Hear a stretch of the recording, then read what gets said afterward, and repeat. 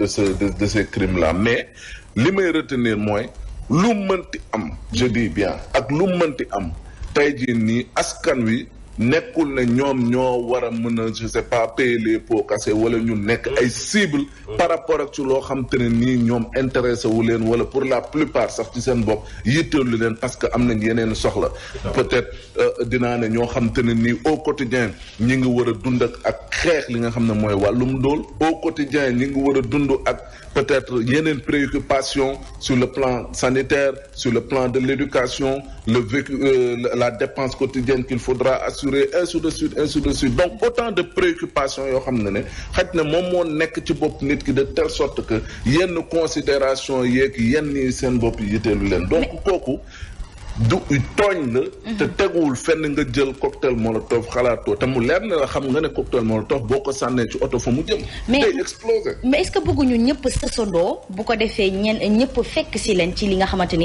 moom moo di seen doxinub ñaxtu yooyu de parce que ñu bëri dañuy naan comme kii nga xamante ni moom moo di Ousmane Sonko téye nañ ko ay ñooñam di manifester di naqarlu li ni mel est-ce que amul ñeneen ñi leen rax pour pousser peut-être les gens à bout et afin de créer une autre situation. oui xam nga moment de crise fu mu am fu ne ñi nga xam te ne nii kat bëgguñu jàmm foofu am dañ ciy ut porox ndoll pour mën a justement def li nga xam ne moom nañu bëgg munoo wax ne kenn peut-être moom moo nekk à la base wala les instigateurs kat de tel côté nañ nekk wala tel côté parce que loolu peut-être c'est prématuré encore et bu enquête bi jeexee dinañ mën a xam ñan la mais li wér te am solo moo di ne encore une fois il y a manifester et manifester manifestation ça c'est un droit constitutionnel boo xam te ne nii dañ ko may doomu aadama bi mu mën ko di ko exprimer oui di mën di ko exprimer mais bu fekkee ne da nga jàpp ne pour manifester man sama naqar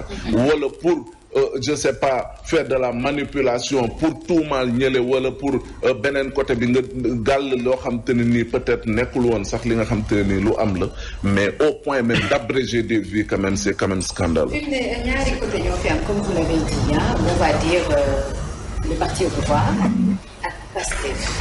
donc ñenn ñi ngi revendiquer ni ñoom ñoo ko def ñeneen ñi nee nañu état du Sénégal ñoo nekk ci ginnaaw. moo ko orchestré. voilà vous avez tantôt parlé du ministre de l'Intérieur mi nga xamante ni ça fait Fabrice si je ne me trompe presque 1 an on parle de forces occultes. D'accord forces occultes ba nga xamante ni on veut nous le faire comprendre maintenant ci situation yi Fabrice Simon Mamadou Fofana ainsi que Mambay bu fekkee ni ministère de l'Intérieur mënuñu gérer situation bi nga xamante ni moo am démb on peut dire que acte de barbare la bu fekkee mënuñu ko gérer est-ce que ci temps bi nii dinañ mën a dem ci peut-être élection présidentielle à venir. En tout cas question bi dafa am solo mais le plus important man j'ai une question antérieure man dama am une question avant cette question. léegi lii ça profite à qui? parce que aussi lii du manifestation d'opinion. lii lan la kenn mënu ko qualifier en tout cas le ministre de l'Intérieur moom dafa wax ne acte terroriste. waaw loolu la. acte terroriste. léegi acte terroriste boobu à qui ça profite? loolu mooy question bi. Pourquoi des actes terroristes pour exprimer une opinion? Ou un mécontentement. Ou un mécontentement lu tax lii. Pourquoi des actes terroristes pour vouloir peut-être sous-entendre quelque chose peut-être par exemple comme tu as dit tantôt report en voilà. Des élections. Waaw. Pourquoi un acte terroriste pour loolu? Pourquoi on arrivait à un report des élections? Oui, pourquoi des actes? mais lii bu continuer mënoo ko tëjee élection. moom lay wax instabilité bu amee. moom lay wax mais moom lay wax ne instabilité bi à qui ça profite? Voilà. Pour un report des élections. non instabilité moom eggaguñu ci instabilité. benn acte la benn bus y a mort d'homme. une seule vie c'est catastrophique. kan moo am intérêt ci lii. Ça, en fait, c'est une question ouverte. Mais c'est une question qui devrait être... dafa am ñaar ñu taxaw. tout le monde dafa am ñaar yu taxaw. parce que boo leen fàttalikoo ba affaire yi doon 2021 début bi dañ doon baare ay tali. xam nga. empêché dem def dikk bi. ñu gën di avancer ñuy vandaliser. ñu romb loolu ñuy dem ci grande surface yi di jël yëfi jàmbur. ñu dépassé étape boobu lan lañ ci teg.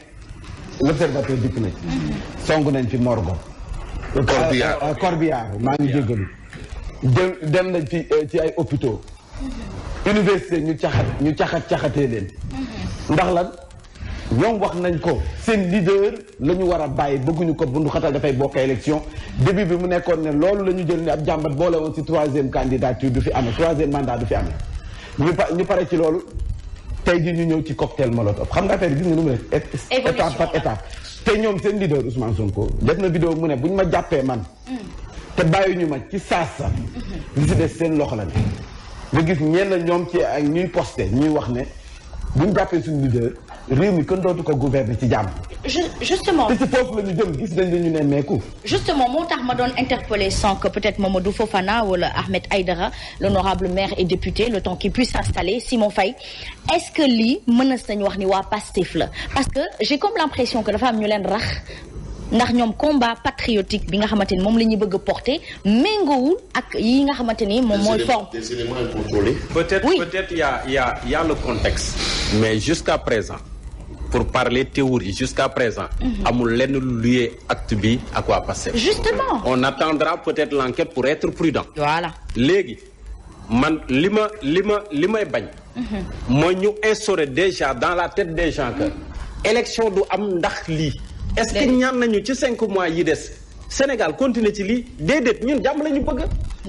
Donc pour man il n'est même pas question que ñuy xalaat ndax lii war na mën a tax ba ñu reporter élection ba parce que ça voudra dire que situation bi day continuer ci li ñu dese fii ak mois de février. Alors que kenn ñaanu ko. Mais qui a intérêt, la question est pertinente. Qui a intérêt à ce qu'il n'y ait pas d'élection? À ce que ce climat de terreur continue. Man noonu laa koy redéfinir. Qui a intérêt à ce que situation bi continue. Mais élection moom pour man dafa war a mën a am dans les 5 mois. Et ça voudra dire que situation bi dinañ ko maîtriser nañu ñaan juste que lii calmé wu. Parce que bu continuer nii ça veut dire que ñun ñëpp kenn génnatul kër ga. Et lii buñ la commencé attaquer ci biir transport en commun ça veut dire que mën nañ la fekk sax ba sa biir kër. Alors que ñaanuñu loolu continuer. man de sama position la. waaw mais ragal a génne dem vote ji. voilà lu ne nag mën na nekk mais bon nañu ñaan rek jàmm am. waaw aywa Aïdara dañu koy nuyu dalal ko. waaw noo def le représentant du peuple est là. voilà. Bonjour. noo def. maa ngi nii rek. yaa ngi am jàpp. waaw nuyu naa ñëpp nuyu Simon. di la fay bu baax Fofana ak Fabrice ak Yaas. ak Mambay xam nga Simon li mu wax loolu la quoi. nit moom yàgg naa wax. nañ leen génn ci mbedd mi. lii dal naa leen démb ñaari publication yi Macky dooroon 2011. waaw juin. mais xam nga temps est passé ñuy wax ay nervi. voilà. man benn mbir laa jàpp. nit ñi dañoo dem ba dañoo ragal a wax. parce que ni ñuy terroriser gars yi léegi. Sénégalais yi lañ terrorisé ñii ñu ngi leen terrorisé ci mbedd mi ñii itam ñu ngi leen terrorisé ndax kaso yi convocation. waaw. xam nga Asma. dafa am benn grand nee na ma boo demee télé ak rajo yi bu ko wax ndax ay dëkkandoo lañ. nervi yi état bi di miimal. di leen solal ay yére policier ak ay yére gendarme naan non dañuy civilu du dëgg. ah oui. man maa am ay preuve man. ah oui. denc ay photo yore bagage toog nit convoqué ma. ne ma yow yaa ne ay nervi dañuy ànd ak police maa ko wax jour élection locale yi le 23 yii passé dafa am ay wuyu kenn ki mi ngi dëkk ay numaan croisement sam jéggi koo xam ni da daan bëre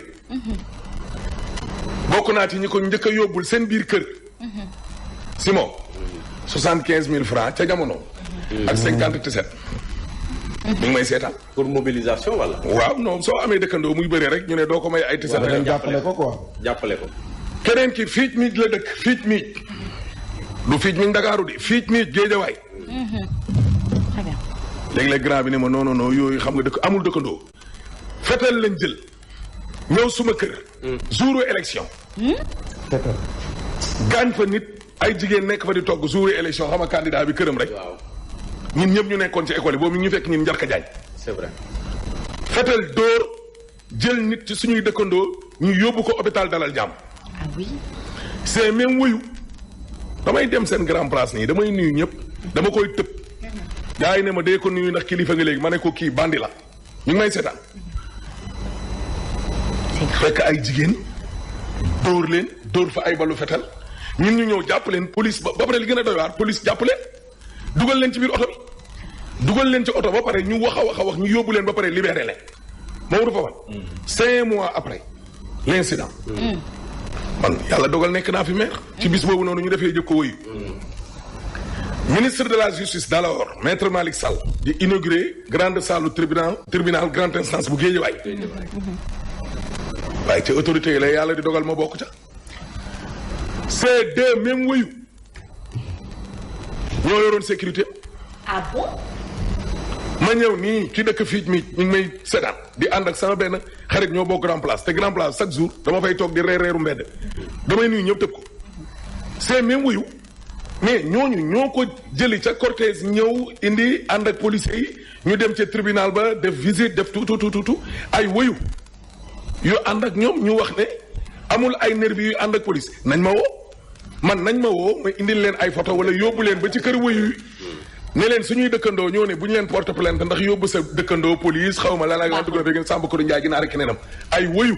révélation de taille réew mi jaxasoo na torop te kenn ku ci nekk yaa ngi bëgg faire porter le chapeau sa morom li ñuy ñaan yàlla rek mooy jàmm na fi am.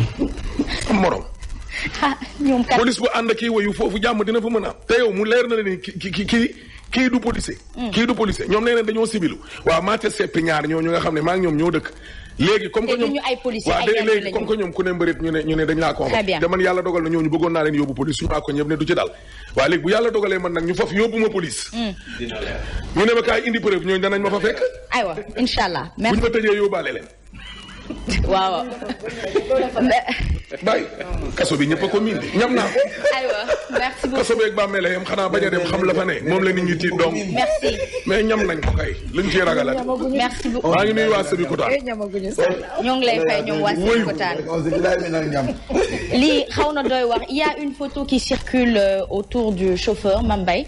waaw mi ngi naan waa chauffeur bi la homme de tenue la en tout cas mi ngi noonu de fii réew mi toll daal luñ la wax da ngay xool nii rek te maanu ci toog di xool kase foofu la réew mi toll comme te toll nañu fii da yàlla xam doy na ay te ñu yëg ci kaw turbine yéenekaay bi tey kan moo yëg ci kaw turbine bi nee nañ ay samba booy tribune yéenekaay nee na juróom-ñaar tey agresseur ñoo yéeg tey ci kaw turbine bi laaj ma lu ñu def benn bus Ceeraax la ñu song dóor sa cocktail molotov yaa ngi ko doon expliqué sànq lan mooy cocktail molotov boo ko sànni ak